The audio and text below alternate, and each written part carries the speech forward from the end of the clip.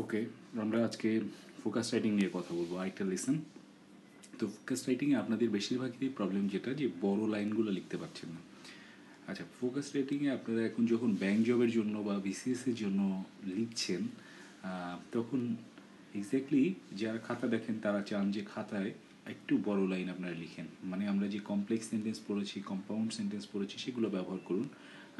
As well as simple সেন্টেন্সও লিখতে পারেন, but মাঝে মাঝে দুই একটা কমপ্লেক্স সেন্টেন্স বা কম্পাউন্ড সেন্টেন্সের কারিগরি যদি আপনি না দেখান এখানে, তাহলে কিন্তু নাম্বার খুব ভালো আসবে না। তো সেই জায়গাটাতে আপনাদের প্রবলেম হয়ে যায়, সেটা হচ্ছে আপনারা বড় লাইন লিখতে পারেন না, একবারেই পারেন না।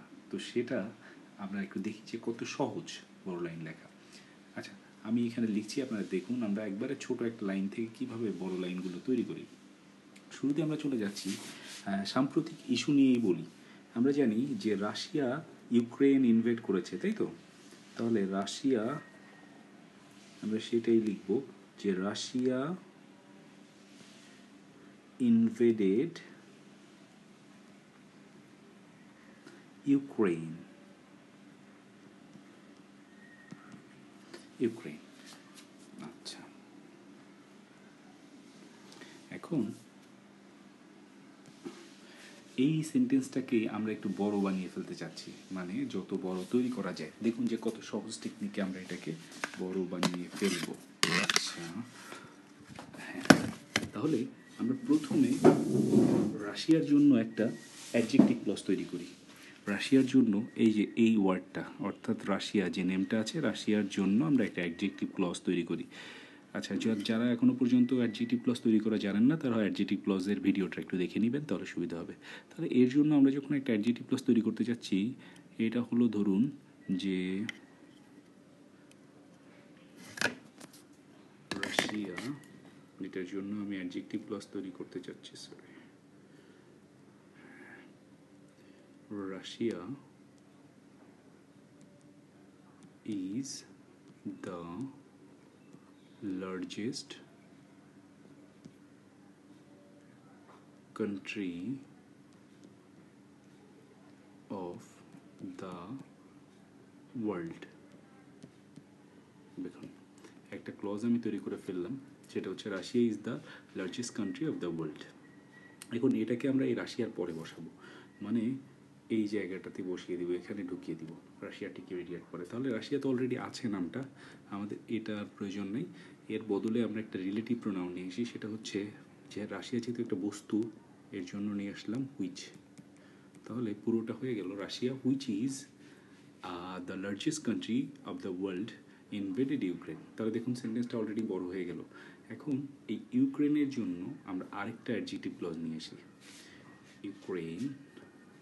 ওকে, তাহলে এটা গেল আমাদের প্রথম এক নাম্বারটা। এবার ইউক্রেনের জন্য নিয়ে আসছি ইউক্রেন, সরি, ইউক্রেন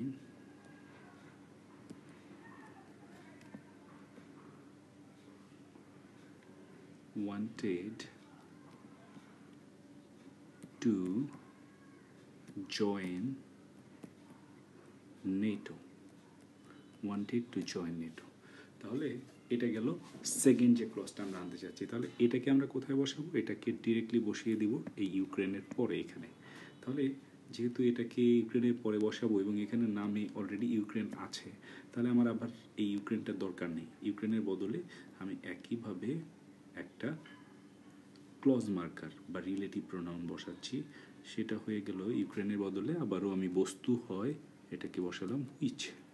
তাহলে এখন সেন্টেন্সটা হলো Russia invaded Russia which is the largest country of the world invaded Ukraine which wanted to join NATO. তাহলে এখন আমাদের সেন্টেন্সটা বড় হয়ে গেল। এখানেই শেষ না, আমরা রাশিয়া ইউক্রেন ইনভেড করেছে কেন, সেই কারণটা দিয়ে আরেকটা ক্লজ রচনা করতে পারি। তাহলে সেটা আমি করলাম যে কেন করেছে, আমরা অ্যাজ বা সিন্স দিয়ে এটাকে যুক্ত করতে পারি। হয়ে গেল সিন্স, বা সিন্স না দিয়ে এখানে অ্যাজ দিই, তাহলে ভালো হবে অ্যাজ। ওকে, অ্যাজ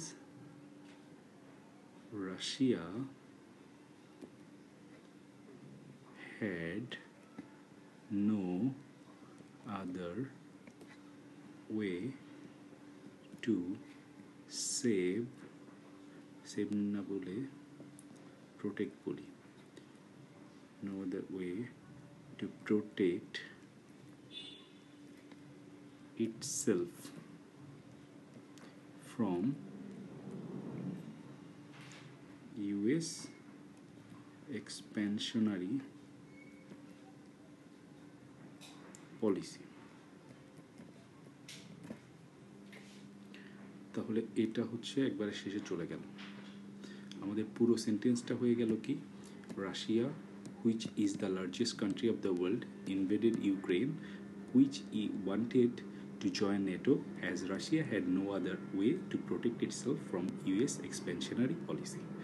এই পুরোটা, এই সবটুকু মিলে আমাদের কিন্তু একটা সেন্টেন্স আমরা তৈরি করে ফেললাম। তাহলে এটা হলো আমাদের যে কোনো একটা ছোট সেন্টেন্সকে বড় সেন্টেন্স করার নিয়ম। Thank you all.